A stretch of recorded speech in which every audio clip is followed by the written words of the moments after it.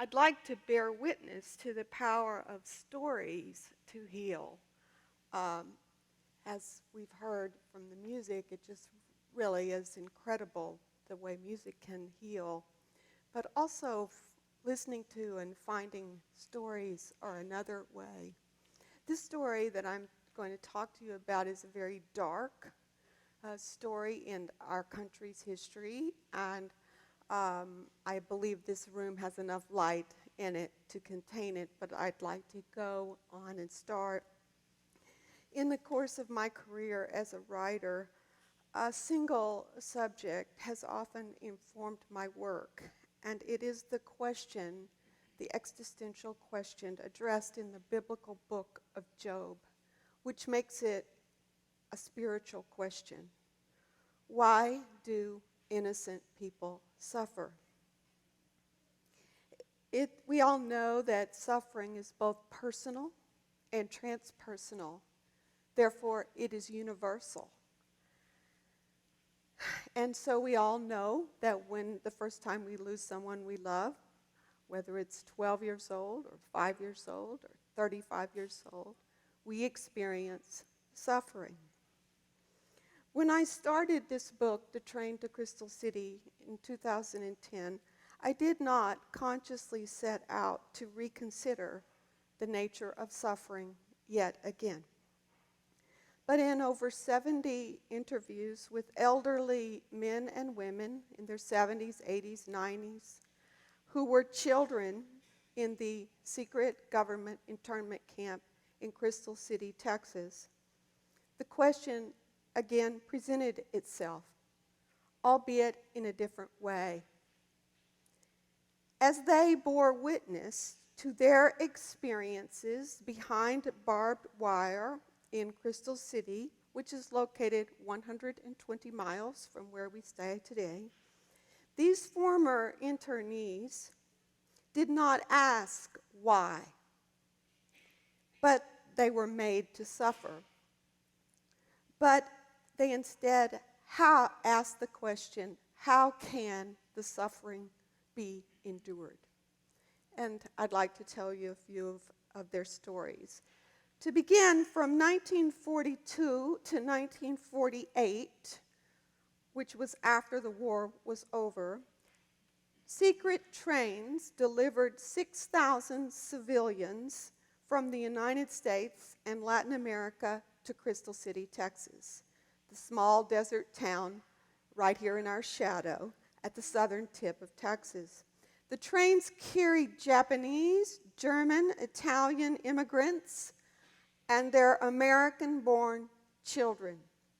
This camp was the only family internment camp that had multiple nationalities during World War II.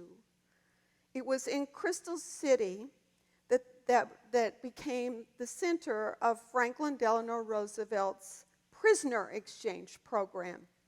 The program was called Quiet Passage. During the course of the war, thousands of prisoners and their children in Crystal City were exchanged for other more important Americans, diplomats, businessmen, soldiers, physicians, and missionaries behind enemy lines in Japan and Germany.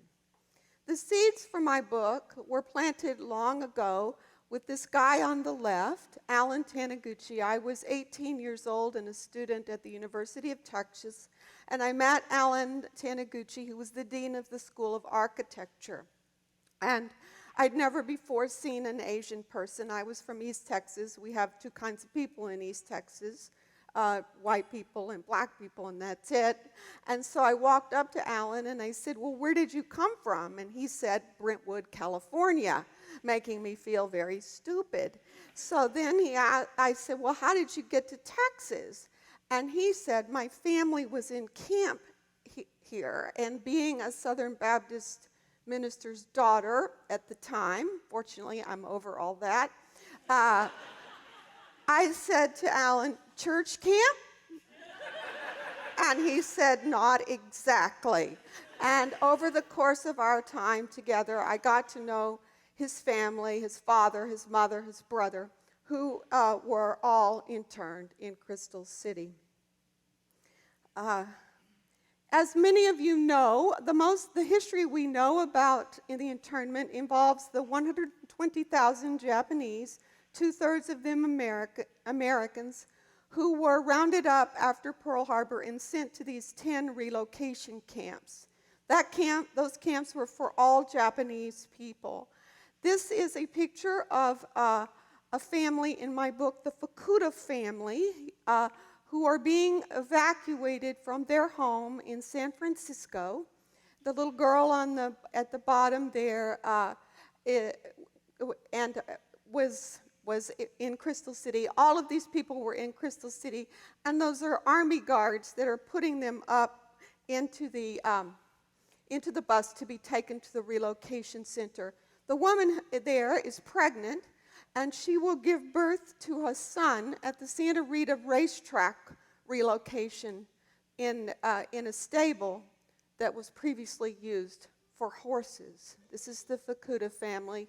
And this particular picture is lived over my desk as it was sort of a mother, Madonna and child pose, because this photo was taken of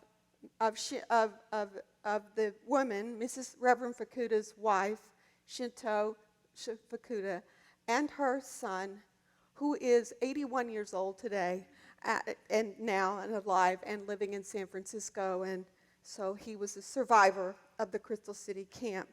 I focus my story on two characters, Ingrid and Sumi.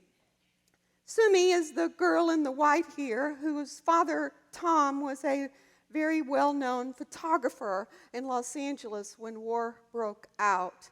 And she was in 7th grade when her father was arrested and taken away. And she came home from school to find her mother with her hands over her face crying. And she said to her mother, "Nobu, have they taken Papa?" And of course, they had, and after that, they lost everything. They lost their business, they lost all the money they had, and they were separated because the father was taken to an enemy alien camp, and they were taken to a relocation camp. The second one is this family, Ingrid Iserol. Most people do not realize that Germans and German Americans and Italian Americans were also targeted and interned during World War II. I tell this story from the point of view of this beautiful young little girl with the curly hair, Ingrid Iserol, whose father was an engineer in Cleveland, Ohio. All three of these children were born in Cleveland, Ohio, to these German immigrants.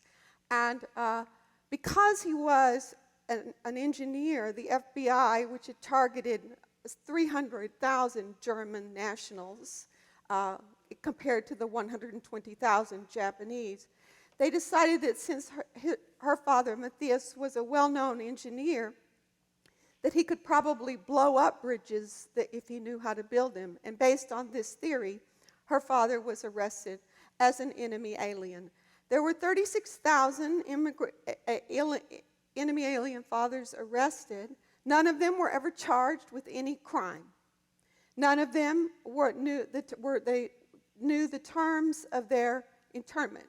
In other words, they did not know if they would be behind barbed wire one day or 20 years.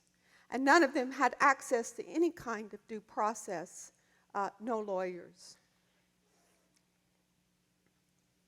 I wanted to just briefly go through the camp. The camp was started in 1942 specifically for these two purposes: to reunite enemy alien fathers with their children. And Sumi was reunited and her mother were reunited with her father in Crystal City, and Ingrid and her family were reunited with their father in Crystal City. And the camp, that was the humanitarian portion of the program, but the camp had a secret too, which I found in having the official records of the camps declassified and spending 1 month scanning 20,000 documents which tell the story of what really happened in the camp. And this is Earl Harrison on the left. He's the one who came to Crystal City from his home in Philadelphia and picked out the location of the camp, which was a former migrant worker camp in Crystal City. And this guy on the right was Joseph O'Rourke, who became a Border Patrol agent who became the officer in charge of the camp. This is an aerial of the camp. It was 290 acres, and I just wanted to sort of show you this. This is actually the work of a German-American boy who was 5 years old when he was in the camp. And what he's done, you can't see it a lot, but he's now named all the families in all the bungalows. So they now have this as a point of reference and proof that such a place as secret as this existed. This is an aerial of the camp. The daily life in Crystal City was highly regimented. They woke up every morning with the American flag raised in ceremony. There were 6 guard towers. There were rifles trained at all times on everyone there. And Border Patrol agents and some Texas Rangers patrolled the camp inside and outside. All of their mail was censored. And they had daily roll call. They had to wake up and show their face in front of their bungalow and be counted. The penalty for escape at Crystal City was death.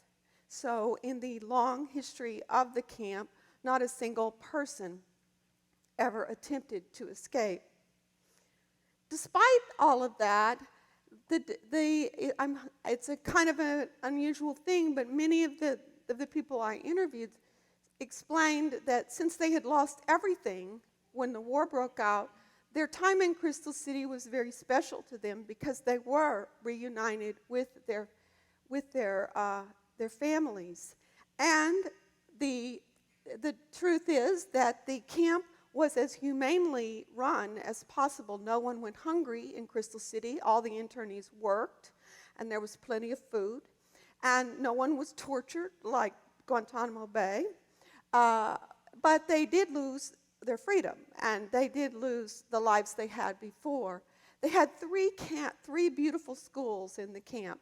One of them was the American school, and it was taught by board-certified Texas teachers, most of them women whose husbands had gone off to war.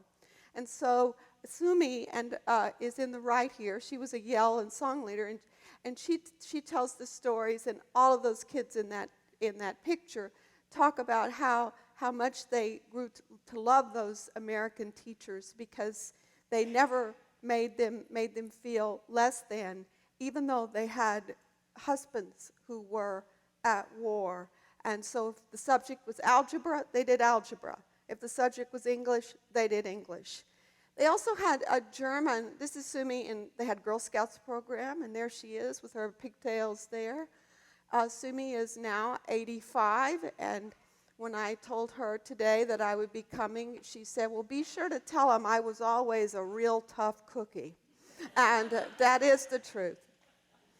So this was not the medical staff. This was the German side of the camp. It was against the Geneva Convention to have multiple nationalities in an internment camp, but FDR, who was a congenial person, but he was congenially ruthless when it came to these internees. And so the Germans had lived next to the Japanese and the 15 Italian families. This is the beauticians and the barbers on the German side of camp. This is the Japanese internees standing at attention. This was their scouting program. All of the work was done in the camp, and this is a mattress company, it was a victory hut where they built mattresses. You can imagine most of the people from this camp came from the east and the west coast. And so they were literally in Siberia. And all of the children, remember, it would be 125 degrees in the summer, as you all know. And, they would have scorpions, they had rattlesnakes, they had cougars, and the whole thing was quite bleak. But the Germans, the Japanese missed their tofu, and so O'Rourke allowed them to build a tofu factory in Crystal City, no doubt the first tofu factory in the history of Texas. But when the Japanese got their tofu, the Germans then said, we want our beer. And so they made a beer garden, and here they are. They were supposed to be able to make beer once a week, but the rumor is that that was a often violated rule. The camp life had a huge irrigation ditch, and the kids used it for swimming pools, and it became the place to be in the camp. There were tragedies all in the book, including the death of 2 Japanese-American Peruvian girls who were kidnapped by our government from Peru. There were 4,000 Germans kidnapped from Colombia and Peru and various parts of Latin America, and 2,000 Japanese. So, as I said, that's it. But by far, the most jaw-dropping aspect of it was the fact that these people were traded.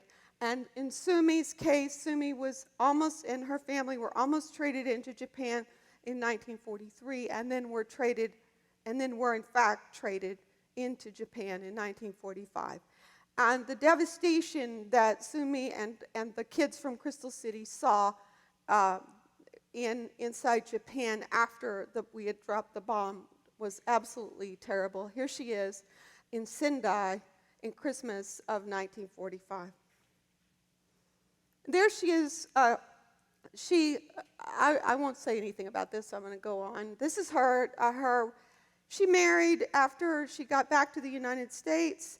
She came alone, worked as a schoolgirl, meaning a housekeeper in California, and she married a 442 soldier who was a Japanese-American boy fighting in that all-Japanese unit for us.